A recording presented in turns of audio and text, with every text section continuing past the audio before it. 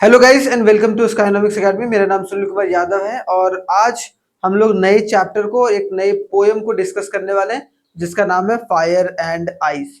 अब देखो भाई, एक तो ये मत बोलना कि ये विराट कोहली है, ये धोनी है, ठीक है। जैसे कि अब समझो यहाँ पर रॉबर्ट फ्रॉस्ट के द्वारा ये फायर एंड आइस का जो पोयम है वो लिखा गया।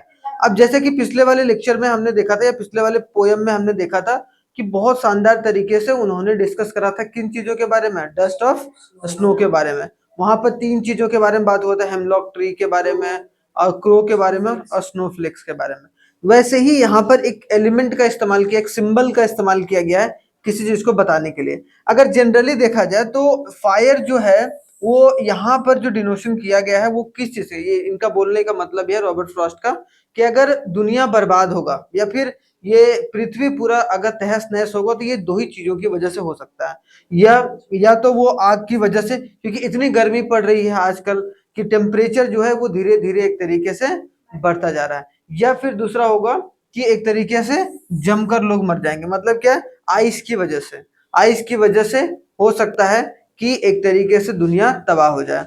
तो यहाँ पर जो है वो चीजें समझने वाली बात है। और जो दूसरा इसका मीनिंग बताया गया, एक तो फायर का मतलब है क्या है भाई, डिजायर। क्या है, फायर का मतलब है डिजायर। और एक तरीके से अगर आपको देखने को मिलेगा इसका तो मतलब डिजायर है। और आइस का मतलब क्या देखने को मिलेगा, हेट्रेड। क्या, हेट्रेड। हेट्रेड का मतलब जो लोग नफरत कर रहे हैं। तो डिजायर, डिजायर और एक तरीके से हेट्रेड, दो अलग अलग शब्द का इस्तेमाल यहाँ पर किया गया है। ठीक है, तो यहाँ पर हम लोग चीजों को देखेंगे पर एक एक कर कर कि आखिरकार की पॉइंट, जो की पॉइंट है पोयम का वो क्या है, क्योंकि की पॉइंट समझना जरूरी है। उसके बाद फिर स्टैंजा, क्योंकि 9 लाइन का ये पोयम है तो उसको हम लोग समझने की कोशिश करेंगे। ठीक है, देखो हमें पूरा पता तो है, एक बार अगर आप लोगों ने पढ़ लिया तो आपको पता चल जाएगा, लेकिन लिखना कैसे वो बहुत इंपॉर्टेंट है। वर्ड, की वर्ड्स का इस्तेमाल करना अपने आप में एक इंपॉर्टेंट पॉइंट हो जाता है। अगर यहाँ पर देखा जाए तो सबसे पहले क्या है, the poem has a 2 stanza, 2 stanza. First में 4 लाइन है भाई पहले स्टैंजा में, और सेकंड में आपको 5 लाइन, मतलब 9 लाइन का टोटल पोयम है। और इट इज रिटन सिंबॉलिकली। इसका मतलब क्या है, सिंबल का इस्तेमाल किया गया। और यहाँ सिंबल में दो चीजों का इस्तेमाल किया गया, एक तो फायर का इस्तेमाल किया गया और एक आइस का इस्तेमाल किया गया। जैसे कि इसके पिछले वाले में 3 चीजों का सिंबल का इस्तेमाल किया गया था वो अपने पोयम में। अब two opinion about the world end, कि भाई पृथ्वी कभी भी अगर नष्ट होगी तो उसके लिए 2 ओपिनियन दिया गया इनके द्वारा, एक ओपिनियन फायर, एक दूसरा opinion ice, have been used for the human emotion like a desire and hatred respectively. मतलब क्या, कि जो फायर है वो क्या रिप्रेजेंट कर रहा है, डिजायर को, और आइस जो है वो क्या है, हेट्रेड को। अब ये दोनों चीज समझो।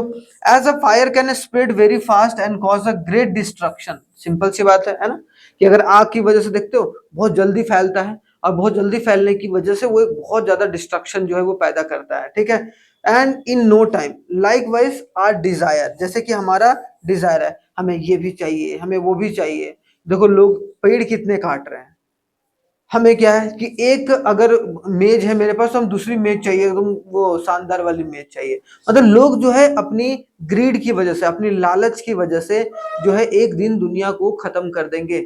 और ये हम लोग इकोनॉमिक्स में भी पढ़ते हैं। ठीक है, लेकिन यहाँ पर हमें ये समझना है कि जो राइटर ने बोला कि एक तो डिजायर जो कि आग के जैसा जो है वो फैलता है और वो पूरे दुनिया को जो है तहस नहस कर सकता है। इसका दूसरा मीनिंग ये है कि डिजायर की वजह से हमारी जो इन्वायरमेंट है उसमें डिग्रेडेशन हो रहा है, उसको हम बर्बाद कर रहे हैं, और उसके वजह से पूरी पृथ्वी पर आग जो है वो लग सकती है। And may also prove very destructive if they go out of control. अगर लोगों का डिजायर आउट ऑफ कंट्रोल चला गया तो दुनिया को जलने से कोई भी रोक नहीं सकता।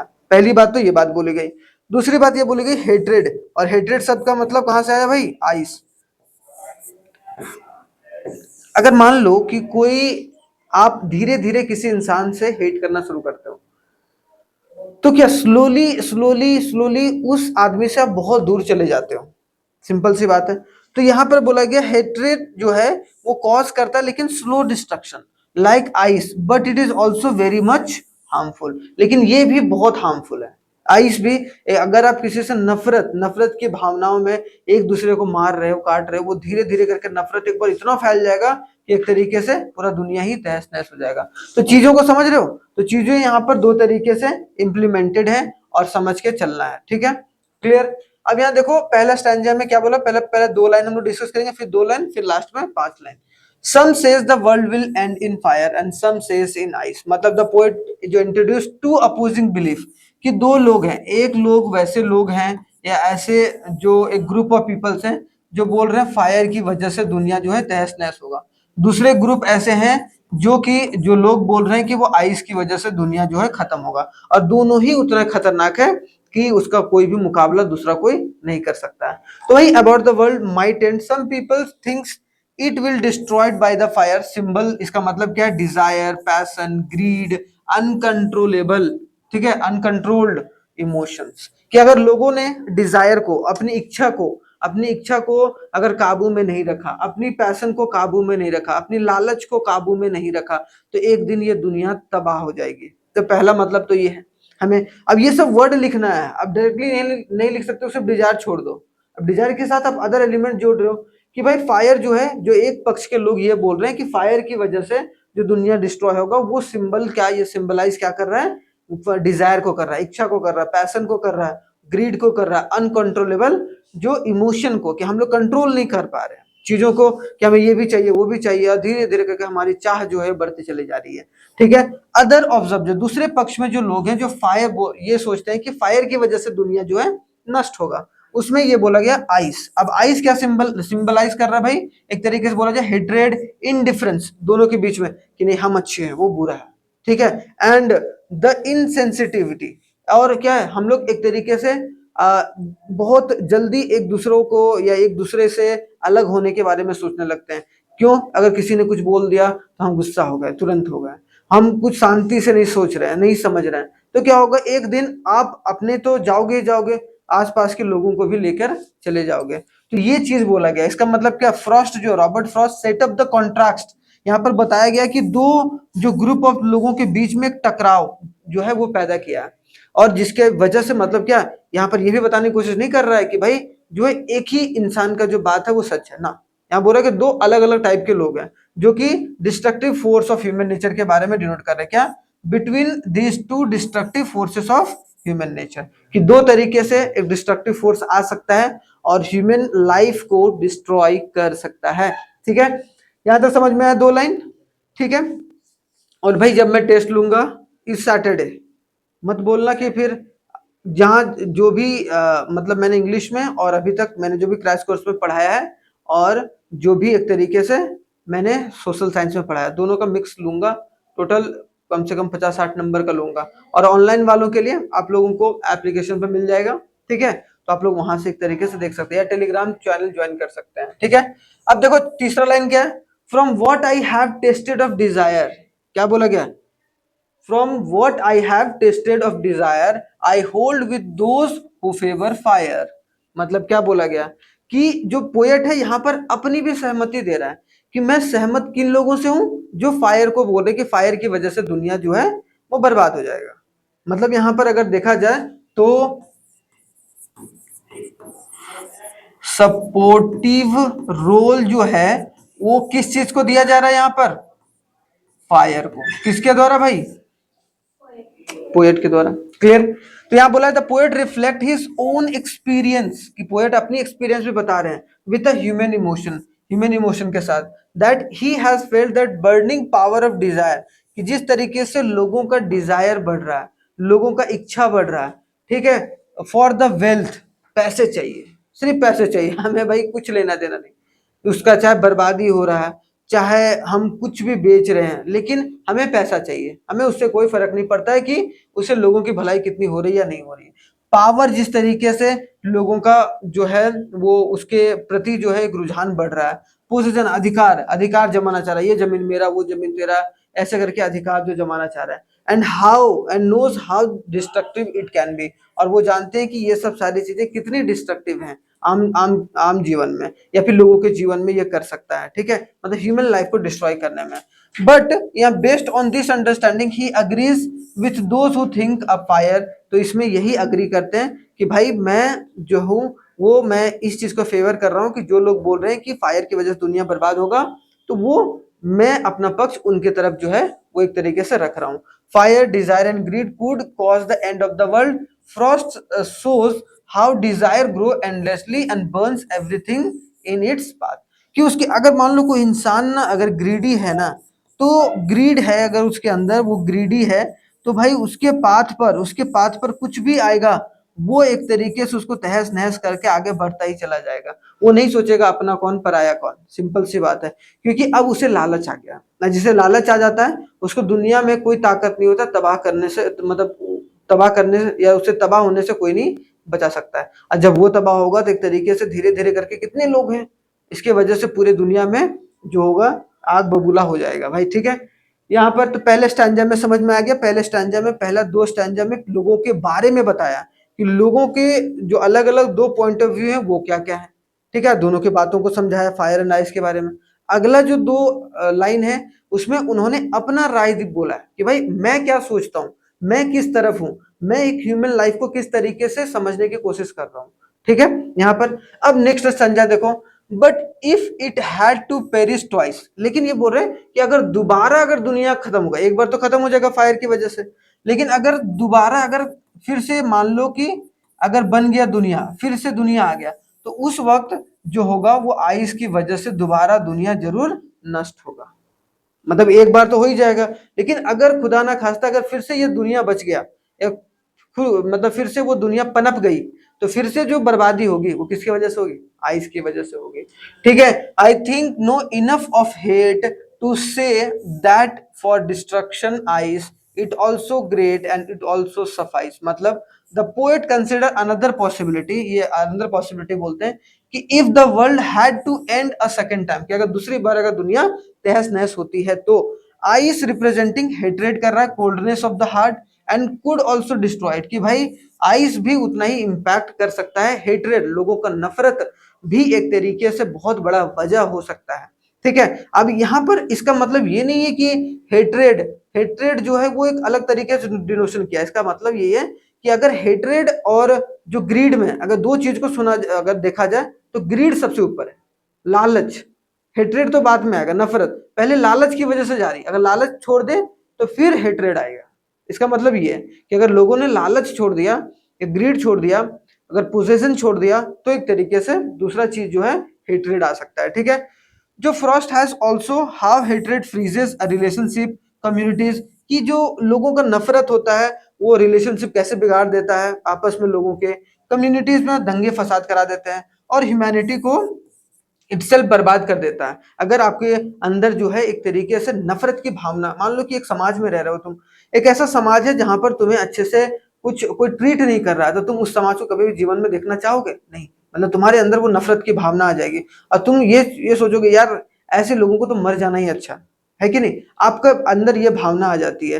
तो इससे क्या होता है कि आपको हेट्रेड, अगर वही सोसाइटी उसे प्यार दे रहा होता तो एक तरीके से वो हो सकता है एक अलग इंसान बन जाता और वो कुछ बड़ा कर जाता उस सोसाइटी के लिए, है कि नहीं। तो हमेशा इन चीजों को देखकर चलना है। Just like a fire ice is equally powerful, कि जिस तरीके से फायर इंपॉर्टेंट है उसी तरीके से आइस भी इक्वली पावरफुल है एंड डेंजरस है। और क्या है भाई, डेंजरस देखने को मिलता है। ठीक है, through it works more slowly and silently, क्यों, क्योंकि भाई जो आइस होता है वो थोड़ा सा स्लोली और साइलेंटली काम करता है, लेकिन फायर थोड़ा सा डिस्ट्रक्टिव होता है।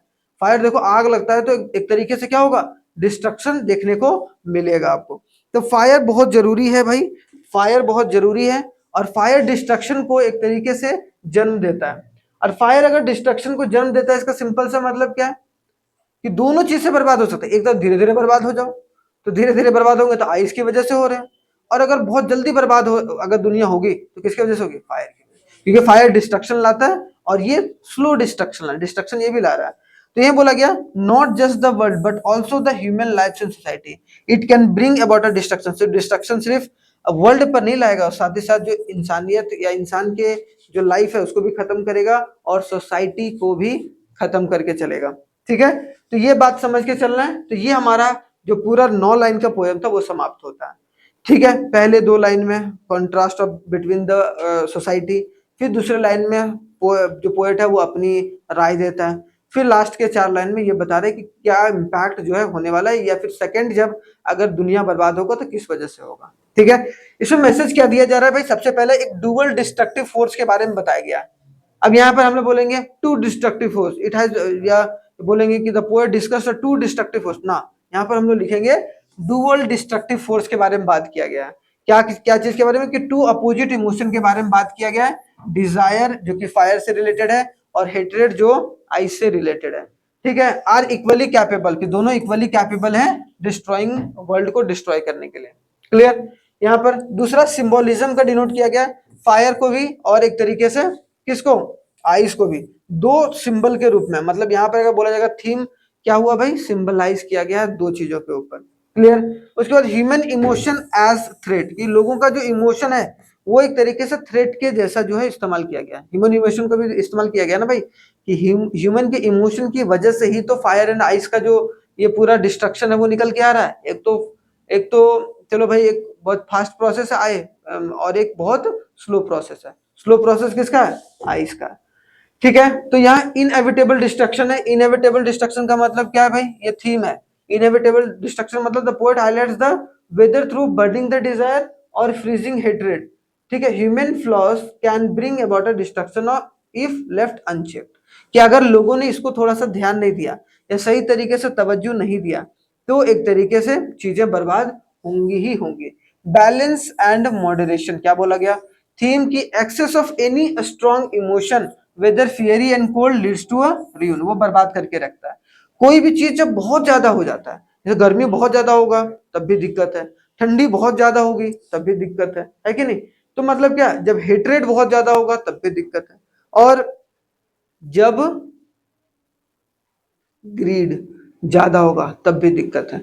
तो दोनों में एक तरीके से दिक्कत परेशानी देखने को मिलता है। ठीक है, मैसेज, मैसेज को आप देख सकते हैं, मैसेज उसमें उसमें से निकाल सकते हैं। लिटरेरी डिवाइस, सिंबोलिज्म में बार बार बताया मैंने, फायर एंड आइस के बारे में डिस्कस किया गया।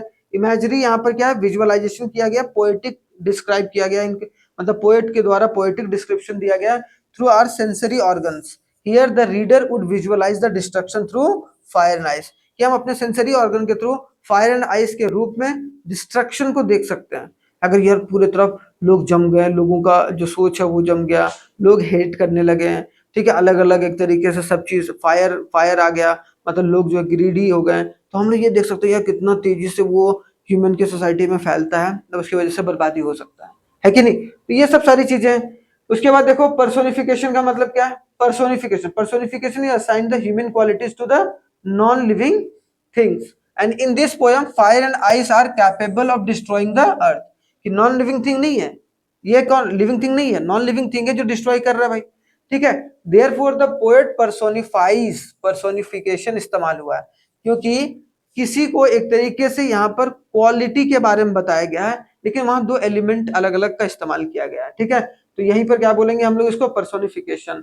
क्या है एनाफोरा, एनाफोरा क्या है भाई, repetition of the word and expression at the start of two और more consecutive line. For example some days the world will end in some says, देख रहे हो, some says। अगर कोई मान लो जो एनाफोरा होता है रिपीटेशन ऑफ वर्ड, वर्ड का रिपीटेशन और expression at the start of two और मोर कॉन्सिक्यूटिव लाइन, अगर दो या दो से ज्यादा लाइन में सेम वर्ड का इस्तेमाल हुआ स्टार्टिंग में, तो हम लोग उसको कौन सा बोलेंगे भाई, वहां पर कौन सा लिटरेरी डिवाइस का इस्तेमाल हुआ है, एनाफोरा। तो ये सब चीज याद करना आ जाएगा तो हम लोग क्या मुंह बना लेते हैं, यार ये कहाँ से आ गया, ये तो पढ़ा ही नहीं था मास्टर साहब, है कि नहीं। तो और या तो फिर हम लोग क्लास में सो रहे थे, तो ऐसी भी सारी चीजें हैं। ठीक है, एलिट्रेशन, एलिट्रेशन का मतलब क्या, कल भी बताया था मैंने, क्या है भाई, repetition of same sound used in the beginning, same sound का इस्तेमाल, जैसे sound of S is some says F, मतलब क्या है, F in the favor fire, कुछ फेवर कर रहे हैं फायर में, W the world will. Assonance का मतलब, assonance is a repetition of same vowel sound in different word, same vowel sound, जैसे I hold, those, who, favor, देख रहे हो ओ का इस्तेमाल हुआ है ना, तो इसका मतलब यहाँ पर हम क्या बोलेंगे, एसोनेंस।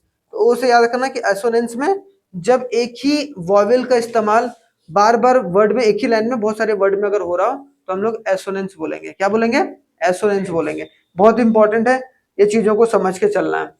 फिर इंजैममेंट बोलते हैं, इंजैममेंट का मतलब इट इज अ लाइन और a clause that does not come to an end at the line break rather it moves over to the next line, कि क्या हो रहा है, from what what I have tested of desire I hold, मतलब ये complete नहीं हुआ sentence, अगर सेंटेंस मूव कर जाए, ठीक है, एक होता है कि भाई एक लाइन में कंप्लीट कर दिया, ठीक है, एक पोएट उसको कंप्लीट नहीं कर रहा, उसको दूसरे लाइन में अगर कर रहा है, इसका मतलब ये इन्वर्टेड कॉमा में इसीलिए है क्योंकि ये लाइन पूरा एक है, बस इसको दो लाइन में कन्वर्ट किया गया, इसका मतलब इंजैम्पमेंट है। क्या भाई?